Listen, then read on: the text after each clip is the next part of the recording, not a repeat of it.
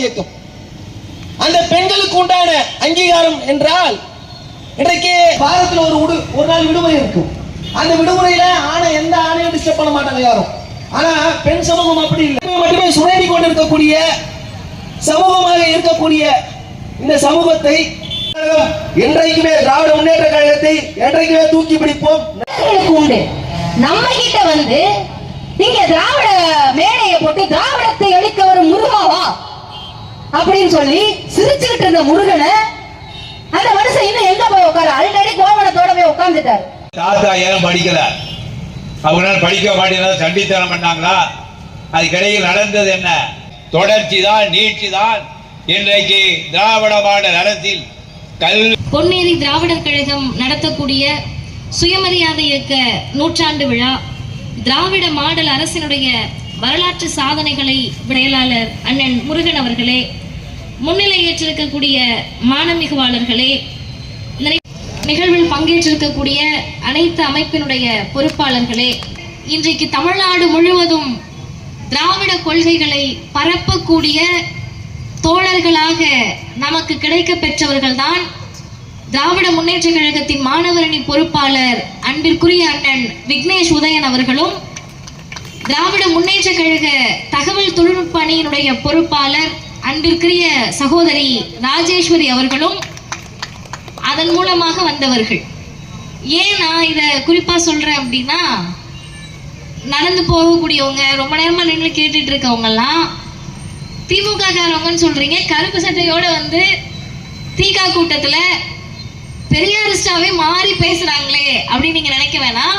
பெரியாரிஸ்டா இருக்கிறதுனாலதான் அவங்க திமுக பேச்சு போட்டியில கலந்துகிட்டாங்க, அதனால் வெற்றி பெற்றவர்கள்.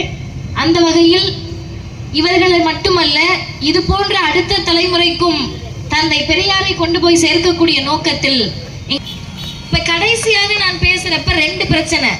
ஒண்ணு, நானும் வந்ததுல இருந்து பாக்குறேன், குறிப்பாக பொன்னேரியினுடைய நம்முடைய அன்பிற்குரிய அண்ணன்கள், அக்காங்க, அம்மா, என்னோட மூத்தவங்க யாருமே இப்படி கை தட்டாம முறைச்சிட்டு உட்காரவே மாட்டீங்க. ஆனா இன்னைக்கு என்னதான் நடக்குதுன்னு பாப்போம். என்னென்னமோ பேசி பாக்குறாங்க, மொரடா மொரடா மொரடானே எல்லாரும் உட்கார்ந்துருக்கீங்க. அது என்ன பிரச்சனைன்னு தெரியல. இது ஒண்ணு. இன்னொன்னு, எனக்கு கொஞ்சம் தொண்டை பிரச்சனையா இருக்கு. தொடர்ந்து நான் பேசுவதை கேட்டவர்களுக்கு இது ஏன் குரலானே தெரியாத அளவுக்கு இருக்கு. இன்னைக்கு கொஞ்சம் பரவாயில்ல. எதுக்கு சொல்றேன்னா, அக்கா ராஜேஸ்வரின்ற அவங்க உண்மையா நீங்க எல்லாரும் கூகுள்ல போயிட்டு பல அற்பர்கள் மதிவதனி என்ன சமூகமா இருப்பாங்க, நம்ம சமூகமா இருந்தா திட்ட வேண்டாம், நம்ம சமூகமா இல்லைன்னா வெளுத்து வாங்குவோம் அப்படின்ற மனநிலையிலையும், நம்ம சமூகமா இருந்தா பரவாயில்லையே அப்படின்னு நினைக்கிற மனநிலையிலையும், நீ யாரா இருக்கணும்ன்றத நான் தான் தீர்மானிப்பேன்னு சொல்லக்கூடிய மக்களுக்கு மத்தியில் எந்த விதமான ரத்த உறவும் இல்லாமல் கூகுள்ல போய் என்னோட ஜாதியை தேடாம இவர்கள் யார் என்பதும் எனக்கு தேவையில்லை, நான் என்ன சமூகம் என்பதும் அவர்களுக்கு தேவையில்லை, மாமா, பெரியப்பா, சித்தப்பா, அண்ணன், என் மருமகன் சொன்னா ஜாதியை கடந்து மதத்தை கடந்து எங்கள் அனைவரையும் ஒரே கோட்டில் சேர்க்கக்கூடிய அந்த சித்தாந்தத்திற்கு பெயர் திராவிடம், அந்த தலைவருக்கு பெயர் பகுத்தறிவு பகலவன், அறிவுலக பேராசான் தந்தை பெரியார் அவர்கள். மழைன்னு எழுதி கண்ணில் 2 தடவை காட்டினாலே எனக்கு காய்ச்சல் வந்துடும். உண்மையாவே மழை வருது. கொடை ஏதாவது இருந்தா ரொம்ப உங்க எல்லாருக்கும் நல்லதா போகும்.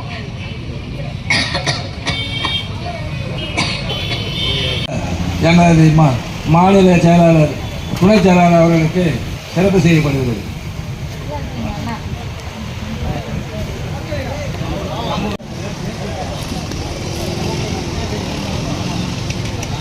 செயற்கை பேரிடரான பாசிசத்தை, காவி மயத்தை, ஜாதியத்தை, மதவாதத்தை எதிர்த்து நிற்க வேண்டும் என்று சொன்னால் தந்தை பெரியார் என்ற தலைவருடைய திராவிடர் கழகம் என்ற இந்த இயக்கம் போராடிதான் ஆக வேண்டும் என்ற சூழலில் இந்த நிகழ்ச்சி நடைபெற்றுக் கொண்டிருக்கிறது.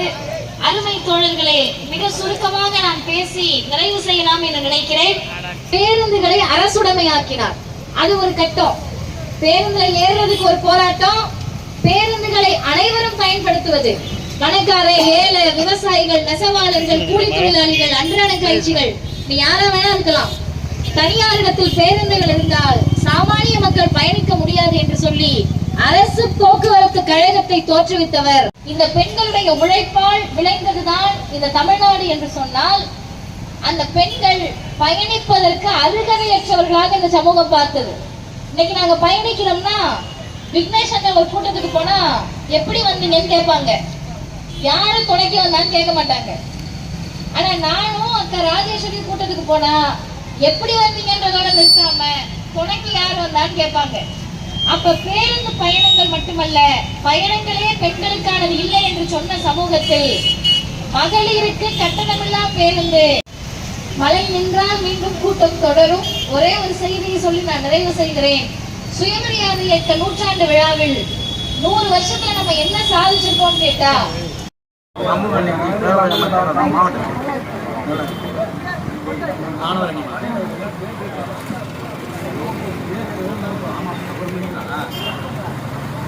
அருமை தோழர்களே, மிக நீண்ட மாதமாக முயற்சி எடுத்து இந்த நிகழ்ச்சி நடைபெறக்கூடிய காரணத்தினால் மழையாக இருந்தாலும் பேசியாக வேண்டிய சூழல். அந்த வகையில் மழை பெஞ்சுக்கிட்டு இருக்கு, கொடை பிடிச்சா அவள் அவசியமா கூட்டம் கேட்கணுமா என்று நீங்க நினைக்கலாம். அவளை அவசியமா கூட்டம் நடத்தணுமான்னு நீங்க நினைக்கலாம். மழை மிகப்பெரிய அளவில் கொடுமையானதுதான். மழையில் பேசுவது அதை விட கொடுமையானதுதான். மழையை விட, வெள்ளத்தை விட, பேரிடர்கள் இது எல்லாமே இயற்கையானது. இந்த இயற்கை பேரிடர்களை நாம் சமாளித்து விடலாம். ஆனால் செயற்கை பேரிடரான பாசிசத்தை, காவி மயத்தை, ஜாதியத்தை, மதவாதத்தை எதிர்த்து நிற்க வேண்டும் என்று சொன்னால் தந்தை பெரியார் என்ற தலைவருடைய திராவிடர் கழகம் என்ற இந்த இயக்கம் போராடிதான் ஆக வேண்டும் என்ற சூழலில் இந்த நிகழ்ச்சி நடைபெற்றுக் கொண்டிருக்கிறது. கருணாநிதி ஸ்டாலின் என்று சொன்னால் அவருக்கு பக்கபலமாக திராவிடர் கழகம், தாய் கழகமான எங்கள் கழகத்தின் தலைவர் ஆசிரியர் அவர்கள் 92 வயதில் கிடையாதுன்னு சொல்லி அப்படி எழுதி வைத்திருந்த பேருந்துகளுக்கு அனுமதியை ரத்து செய்த இயக்கம் சுயமரியாதை இயக்கத்தினுடைய முன்னோடியான, திராவிடர் இயக்கத்தினுடைய முன்னோடியான நீதி கட்சி. அந்த ஆணையை கொண்டு வந்தவர் நீதி கட்சியின் தலைவரான WPA சவுந்தரபாண்டியனார் அவர்கள். அதுக்கு அடுத்த கட்டம் என்ன ஆகுதுன்னு கேட்டீங்கன்னா, சுயமரியாதை இயக்கம் தோன்றி இந்த மக்களுக்கு அந்த சிந்தனைகள் எல்லாம் வளர தொடங்கிய பிறகு தந்தை பெரியாருக்கு அரசு மரியாதை செய்யவில்லை என்றால் என்னுடைய பதவியே காலியானாலும் பரவாயில்லை என்று சொன்ன முத்தமிழறிஞர் கலைஞர் அவர்கள் பேருந்துகளை அரசுடைமையாக்கினார். அது ஒரு கட்டம். பேருந்துல ஏறுறதுக்கு ஒரு போராட்டம், பேருந்துகளை அனைவரும் பயன்படுத்துவது, பணக்கார, ஏழை, விவசாயிகள், நெசவாளர்கள், கூலி தொழிலாளிகள், அன்றாட காய்ச்சிகள், நீ யாரா வேணா இருக்கலாம்.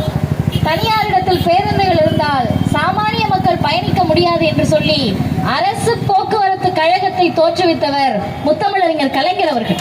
அதுக்கு அடுத்த கட்டம், பாட்டன் கட்சி, நீதி கட்சி பேருந்துல எல்லாரும் போக உரிமை வாங்கி தருது. தந்தை பெரியாரை தலைவராக வரித்துக் கொண்ட கலைஞர் அரசு போக்குவரத்து கழகத்தை உருவாக்குகிறார். அதற்கு அடுத்த கட்டமாக திராவிட மாடல் ஆட்சியில் எல்லாரும் பயணிக்கிறீங்க. ஆனால் இந்த தமிழ் சமூகம் பெண்களுக்கு நன்றி கடன் பட்டிருக்கிறது. வீட்டில் இருக்கக்கூடிய வீட்டம்மா, நீங்க பெத்த பிள்ளை, அக்கா தங்கச்சி அம்மான்னு சொல்லி இந்த பெண்களுடைய உழைப்பால் விளைந்ததுதான் இந்த தமிழ்நாடு என்று சொன்னால், அந்த பெண்கள் பயணிப்பதற்கு அருகதையற்றவர்களாக இந்த சமூகம் பார்த்தது. இன்னைக்கு நாங்க பயணிக்கிறோம்னா விக்னேஷ் அண்ணா ஒரு கூட்டத்துக்கு போனா எப்படி வந்தீங்கன்னு கேட்பாங்க, யாரும் துணைக்கு வந்தான்னு கேட்க மாட்டாங்க. ஆனா நானும் அக்கா ராஜேஸ்வரி கூட்டத்துக்கு போனா எப்படி வந்தீங்கன்றதோட நிறுத்தாம துணைக்கு யார் வந்தான்னு கேட்பாங்க. அப்ப பேருந்து பயணங்கள் மட்டுமல்ல, பயணங்களே பெண்களுக்கானது இல்லை என்று சொன்ன சமூகத்தில் மகளிருக்கு கட்டணமில்லா பேருந்து, விடியல் பயண திட்டத்தை தந்தவர் முத்துவேல் கருணாநிதி ஸ்டாலின் என்ற இந்த முதலமைச்சர்.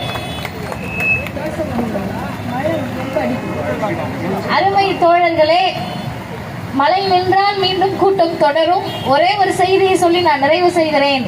சுயமரியாதை இயக்க நூற்றாண்டு விழாவில் 100 வருஷத்துல நம்ம என்ன சாதிச்சிருக்கோம்னு கேட்டா, இன்றைக்கு இந்தியாவில் தமிழ்நாடு தான் கல்வியில் நம்பர் 1 மாநிலம். வேலை வாய்ப்பு பெற்ற இளைஞர்களை நிறைய ஏராளம் கொண்ட நம்பர் 1 மாநிலம் தமிழ்நாடு. பெண்கள் அதிகம் படிக்கக்கூடிய மாநிலம் தமிழ்நாடு. பெண்கள் அதிகம் வேலைக்கு போகக்கூடிய மாநிலம் தமிழ்நாடு. மருத்துவ கட்டமைப்பில் நம்பர் 1 தமிழ்நாடு. அதிக அரசு மருத்துவக் கல்லூரிகளை கொண்ட மாநிலம் தமிழ்நாடு.